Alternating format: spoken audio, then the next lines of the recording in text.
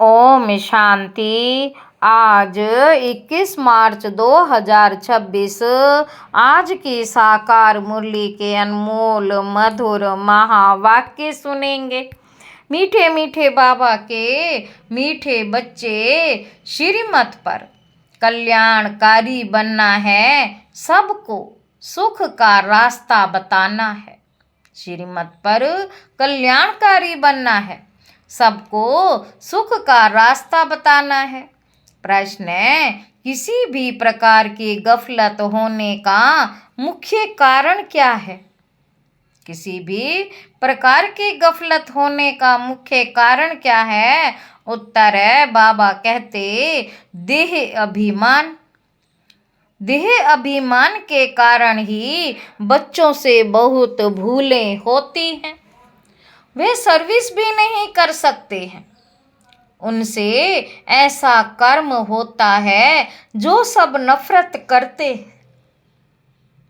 बाबा कहते, बच्चे आत्म अभिमानी बनो, कोई भी अकर्तव्य नहीं करो। खीर खंड हो, सर्विस के अच्छे अच्छे प्लान बनाओ। मुरली सुनकर धारण करो, इसमें बेपरवाह नहीं बनो। गीत है, छोड़ भी दे आकाश सिंहासन। ओम शांति। रूहानी बच्चों प्रति रूहानी बाप की श्रीमत। रूहानी बच्चों प्रति रूहानी बाप की श्रीमत। अभी हम सब सेंटर्स के बच्चों से बात कर रहे हैं। अब जो त्रिमूर्ति, गोला, झाड़, सीढ़ी, लक्ष्मी नारायण का चित्र और श्री कृष्ण का चित्र, ये 6 चित्र हैं मुख्य। ये 6 चित्र हैं मुख्य। जैसे पूरी प्रदर्शनी है, इनमें सब सार आ जाता है। जैसे नाटक के पर्दे बनाए जाते हैं, इनमें सब सार आ जाता है। जैसे नाटक के पर्दे बनाए जाते हैं एडवर्टाइज के लिए, वह कभी बरसात आदि में खराब नहीं होते। ऐसे ये मुख्य चित्र बनाने चाहिए। बच्चों को श्रीमत मिलती है रूहानी सर्विस बढ़ाने लिए, भारतवासी मनुष्यों का कल्याण करने के लिए। गाते भी हैं, कल्याणकारी बेहद का बाप है तो जरूर कोई अकल्याण भी होगा, जिस कारण बाप को आकर फिर कल्याण करना पड़ता है।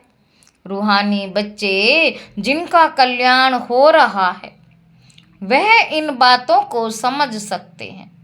जैसे हमारा कल्याण हुआ है तो फिर हम औरों का भी कल्याण करें। बाबा कहते, जैसे हमारा कल्याण हुआ है तो हम फिर औरों का भी कल्याण करें। जैसे बाप को भी चिंतन चलता है कि कैसे कल्याण करें। युक्तियां बता रहे हैं। 6x9 साइज की शीट पर, 6x9 की साइज की शीट पर ये चित्र बनाने चाहिए। दिल्ली जैसे शहरों में अक्सर करके बहुत मनुष्य आते हैं, जहाँ गवर्नमेंट की असेंबली आदि होती है। पोर्टिएट तरफ बहुत लोग आते हैं। पोर्टिएट तरफ बहुत लोग आते हैं, वहाँ ये चित्र रखने चाहिए। बहुतों का कल्याण करने अर्थ बाप मत देते हैं। ऐसे टीन पर बहुत चित्र बन सकते हैं। देही अभिमानी बन बाप की सर्विस में लगना है।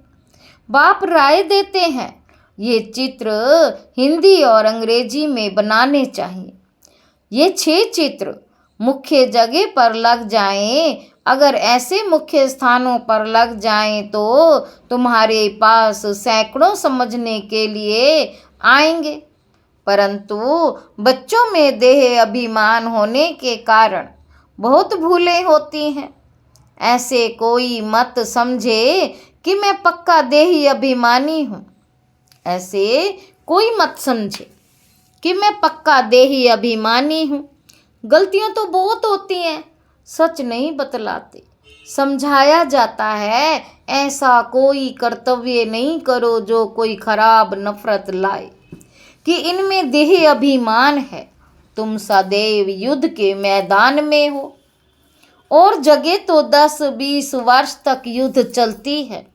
तुम्हारी माया से अंत तक युद्ध चलनी है, परंतु है गुप्त, जिसको कोई जान नहीं सकते।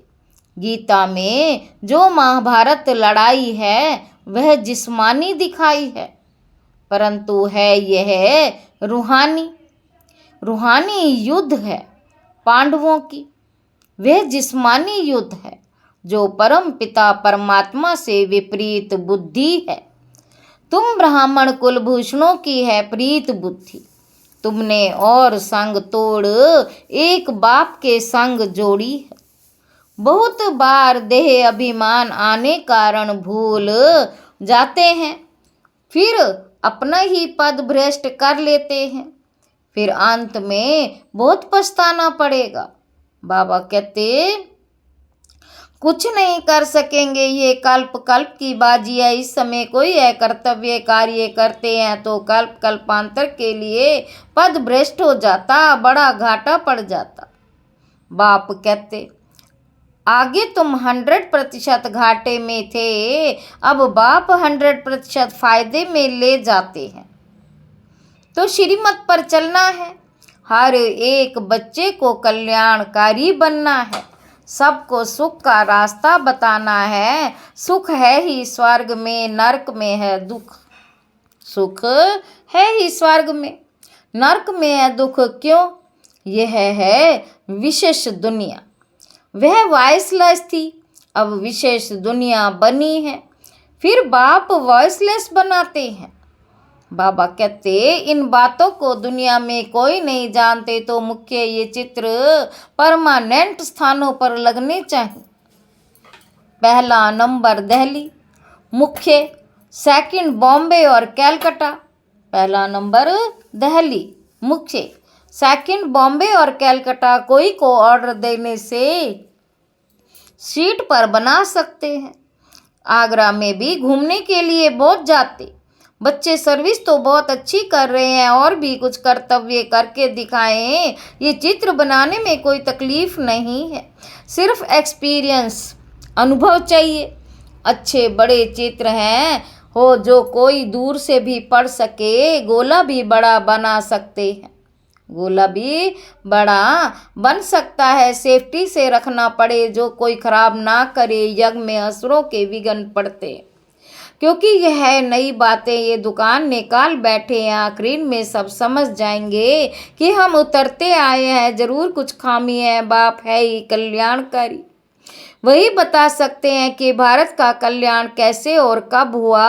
भारत को तमो प्रधान कौन बनाते हैं, फिर सतो प्रधान कौन बनाते हैं, ये चक्र कैसे फिरता है कोई नहीं जानते हैं।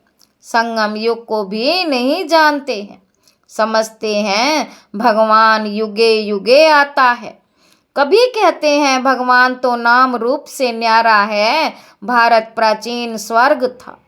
ये भी कहते हैं क्राइस्ट से 3000 वर्ष पहले देवी देवता का राज्य था, फिर कल्प की आयु लंबी दे दी है। तो बच्चों को देही अभिमानी बनने की बड़ी मेहनत करनी है।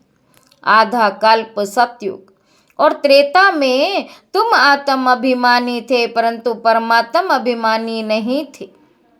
यहाँ तो फिर तुम देह अभिमानी बन पड़े हो, फिर देही अभिमानी बनना पड़े। यात्रा अक्षर भी है, परंतु अर्थ नहीं समझते हैं। मन मना भाव का अर्थ है रूहानी यात्रा पर रहो।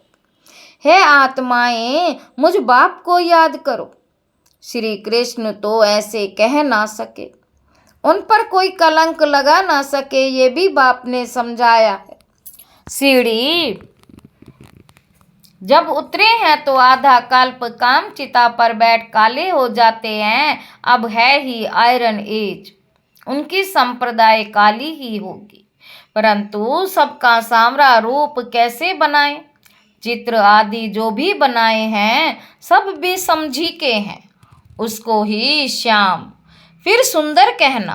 ये कैसे हो सकता है? उनको कहा ही जाता है अंधश्रद्धा से गुड़ियों की पूजा करने वाले। अंधश्रद्धा से गुड़ियों की पूजा करने वाले। गुड़ियों का नाम, रूप, ऑक्यूपेशन आदि हो नहीं सकता। तुम भी पहले गुड़ियों की पूजा करते थे ना। अर्थ कुछ भी नहीं समझते थे। तो बाबा ने समझाया है, प्रदर्शनी के चित्र मुख्य बन जाएं, कमेटी बने। जो प्रदर्शनी पिछाड़ी प्रदर्शनी करती रहे। बंधन मुक्त तो बहुत हैं। कन्याएं बंधन मुक्त हैं, वानप्रस्थी भी बंधन मुक्त हैं। तो बच्चों को डायरेक्शन अमल में लाना चाहिए। यह है गुप्त पांडव, कोई को भी पहचान नहीं सकते।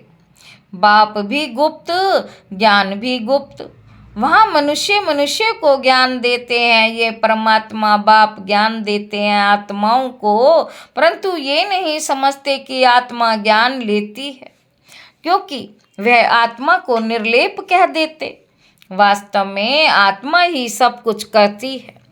पुनर्जन्म आत्मा लेती है कर्मों के अनुसार। बाप ये सब पॉइंट्स अच्छी रीति बुद्धि में डालते हैं। सब सेंटर्स से नंबरवार देही अभिमानी है, जो अच्छी रीति समझते फिर समझाते हैं। देही अभिमानी ना कुछ समझते ना समझा सकते हैं। मैं कुछ समझती नहीं हूँ। बाबा कहते ये भी देह अभिमान है। मैं कुछ समझती नहीं हूँ, ये भी देह अभिमान है। अरे तुम तो आत्मा हो। बाप आत्माओं को बैठ समझाते हैं। दिमाग ही खुल जाना चाहिए, तकदीर में नहीं है तो खुलता ही नहीं। तो बाप तदबीर कराते, बाप तदबीर कराते, परंतु तकदीर में नहीं है तो पुरुषार्थ भी नहीं करते हैं। है बहुत सहज, अलफ और बेसमझना है। बेहद के बाप से वर्षा मिलता है। तुम भारतवासी सब गॉड गॉडेस थे, प्रजा भी ऐसी थी। इस समय पतित बन पड़े हैं। कितना समझाया जाता है। अपने को आत्मा समझ, बाप को याद करो। बाप कहते हैं बच्चे हमने तुमको गॉड गॉडेस बनाया, तुम अब क्या बन गए हो? यह है कुंभी पाक नर्क। विषय वेतरणी नदी में मनुष्य, जानवर, पंछी आदि सब एक समान दिखते हैं। यहाँ तो मनुष्य और ही खराब हो पड़े हैं। बाबा कहते मनुष्यों में क्रोध भी कितना है, मनुष्यों में क्रोध भी कितना है। बाप कितना अच्छी रीति समझाते हैं, डायरेक्शन देते हैं। ऐसे ऐसे करो, चित्र बनाओ। फिर जो बड़े बड़े मनुष्य हैं उन्हों को समझाओ। ये प्राचीन योग, प्राचीन नॉलेज सबको सुननी चाहिए। हाल लेकर प्रदर्शनी लगानी है। उन्हों को तो पैसे आदि कुछ नहीं लेने चाहिए। बाबा कहते फिर भी जो ठीक समझो तो किराया लो। चित्र तो आप देखो, चित्र देखेंगे तो फिर झट पैसे वापस कर देंगे। सिर्फ युक्ति से समझाना चाहिए। अथॉरिटी तो हाथ में रहती है ना। बाबा कहते चाहे तो सब कुछ कर सकते हैं, वे थोड़ी समझते हैं विनाश काले विपरीत बुद्धि तो विनाश को प्राप्त हो गए। पांडवों ने तो भविष्य में पद पाया, सो भी राज्य पीछे भविष्य में होगा, अभी थोड़े ही होगा। ये मकान आदि सब टूट जाएंगे। अब बाप ने समझाया है प्रदर्शनी भी करनी चाहिए, खूब अच्छी तरह से कार्ड पर निमंत्रण देना है। तुम पहले बड़ों को समझाओ तो मदद भी करेंगे। तुम पहले बड़ों को समझाओ तो मदद भी करेंगे। बाकी सोए नहीं रहना। कई बच्चे देह अभिमान में सोए रहते हैं। बाबा कहते कमेटी बनाएं, खीर खंड हो, प्लान बनाना चाहिए। बाकी मुरली नहीं पढ़ेंगे तो धारणा कैसे होगी? ऐसे बहुत लगर्ज बेपरवाह हैं। अच्छा, मीठे मीठे सिक्के लदे बच्चों प्रति माता पिता बाप दादा का याद प्यार और गुड मॉर्निंग। रूहानी बाप के रूहानी बच्चों को नमस्ते। हम रूहानी बच्चों की रूहानी बाप दादा को याद, प्यार और गुड मॉर्निंग। नमस्ते बाबा, नमस्ते, शुक्रिया बाबा, शुक्रिया। धारणा के लिए मुख्य सार है। पहला पॉइंट है, देही अभिमानी बनकर सर्विस की भिन्न भिन्न युक्तियां निकालनी है। आपस में खीरखंड होकर सर्विस करनी है। जैसे बाप कल्याणकारी है, ऐसे कल्याणकारी बनना है। दूसरा पॉइंट है, प्रीत बुद्धि बन और संग तोड़ एक संग जोड़ना है। कोई ऐसा है कर्तव्य नहीं करना है जो कल्प कल्पांतर के लिए नुकसान हो जाए। वरदान है, बेहद की वैराग्य वृत्ति द्वारा, बेहद की वैराग्य वृत्ति द्वारा नष्टो मोह स्मृति स्वरूप बनने वाले अचल अडोल भाव। जो सदा बेहद के वैराग्य वृत्ति में रहते हैं वे कभी किसी भी दृश्य को देख घबराते व हिलते नहीं, सदा अचल अडोल रहते, क्योंकि बेहद की वैराग्य वृत्ति से नष्टो मोह स्मृति स्वरूप बन जाते हैं। अगर थोड़ा बहुत कुछ देखकर अंश मात्र भी हलचल होती है तो मोह उत्पन्न होता है, तो अंगद के समान अचल अडोल नहीं कहेंगे। बेहद के वैराग्य वृत्ति में गंभीरता के साथ रमणीकता भी समाई हुई है। बेहद की वैराग्य वृत्ति में गंभीरता के साथ साथ रमणीकता, वैराग्य वृत्ति में गंभीरता के साथ रमणीकता भी समाई हुई है। स्लोगन है, राज्य अधिकारी के साथ साथ बेहद के वैरागी बनकर रहना, यही राज ऋषि की निशानी है। मातेश्वरी जी के अनमोल महावाक्य। आत्मा कभी परमात्मा का अंश नहीं हो सकती। आत्मा कभी परमात्मा का अंश नहीं हो सकती। बहुत मनुष्य ऐसे समझते हैं हम आत्माएं परमात्मा की अंश है। अब अंश तो कहते हैं टुकड़े को, एक तरफ कहते हैं परमात्मा आदि और अनादि और अविनाशी है। परमात्मा अनादि और अविनाशी है, तो ऐसे अविनाशी परमात्मा को टुकड़ों में कैसे लाते? अब परमात्मा कट कैसे सकते हैं? आत्मा ही अजर अमर है, तो अवश्य आत्मा को पैदा करने वाला अमर डरता है।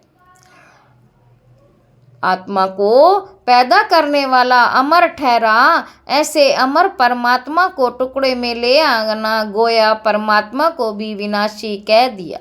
लेकिन हम तो जानते हैं कि हम आत्मा परमात्मा की संतान है, जो हम उसके वंशज ठहरे अर्थात बच्चे ठहरे, वो फिर अंश कैसे हो सकते हैं? इसीलिए परमात्मा के महावाक्य बाबा कहते कि बच्चे, मैं खुद तो इमॉर्टल हूँ, जागती ज्योत हूँ, मैं दीवा हूँ, मैं कभी बुझता नहीं हूँ। और सभी मनुष्य आत्माओं का दीपक जगता भी है तो बुझता भी है। उन सबको जगाने वाला फिर मैं हूँ, क्योंकि लाइट और माइट देने वालों में मैं सबका हूँ। लाइट और माइट देने वाले मैं सबका हूँ। दोनों लाइट और आत्मा की, दोनों की लाइट में फर्क अवश्य है। जैसे बल्ब होता है, कोई ज़्यादा पावर वाला कोई कम पावर वाला, वैसे आत्मा भी कोई ज़्यादा पावर वाली कोई कम पावर वाली। बाकी परमात्मा की पावर कोई से कम ज़्यादा नहीं होती। तभी तो परमात्मा के लिए कहते परमात्मा सर्वशक्तिमान अर्थात सर्व आत्माओं से उत्तम शक्ति प्रदान है। यही वही सृष्टि के अंत में आता है। अगर कोई समझे परमात्मा सृष्टि के बीच में आता है अर्थात युगे युगे आता है, तो मानो परमात्मा बीच में आ गया, तो फिर परमात्मा सर्व से श्रेष्ठ कैसे हुआ? अगर कोई कहे परमात्मा युगे युगे आता है, तो क्या ऐसा समझें कि परमात्मा घड़ी घड़ी अपनी शक्ति चलाता है? ऐसे सर्वशक्तिवान की शक्ति इतने तक है। अगर बीच में ही अपनी शक्ति से सबको शक्ति अथवा सद्गति दे देवें, तो फिर उनकी शक्ति कायम होनी चाहिए। फिर दुर्गति को क्यों प्राप्त करते हो? तो इससे साबित होता है, सिद्ध होता है कि परमात्मा युगे युगे नहीं आता है। अर्थात बीच बीच में नहीं आता है, वो आता है कल्प के अंत समय और एक ही बार अपनी शक्ति से सर्व की सद्गति करता है। कल्प के अंत समय और एक ही बार अपनी शक्ति से सर्व की सद्गति करता है। जब परमात्मा ने इतनी बड़ी सर्विस की, तब उनका यादगार बड़ा शिवलिंग बनाया है और इतनी पूजा करते हैं, तो अवश्य परमात्मा सत्य भी है, चैतन्य भी है और अंगद संस्कार रूप में भी। अच्छा, ओम शांति। ये अव्यक्त इशारे निश्चय के फाउंडेशन को मजबूत कर सदा निर्भय और निश्चिंत रहो। व्यर्थ संकल्प व निश्चय की मार्जिन होते हुए भी समर्थ संकल्प चले कि सदा बाप रक्षक है, कल्याणकारी है। इस निश्चय की माला विजय माला अवश्य होती है। निश्चय की विजय अवश्य होती है, तो क्वेश्चन मार्क का टेढ़ा टेढ़ा रास्ता ना ले, सदा कल्याण की बिंदी लगाओ, फुल स्टॉप। इस विधि से हर काम सहज भी होगी और सिद्धि भी प्राप्ति होगी। अच्छा, ओम शांति।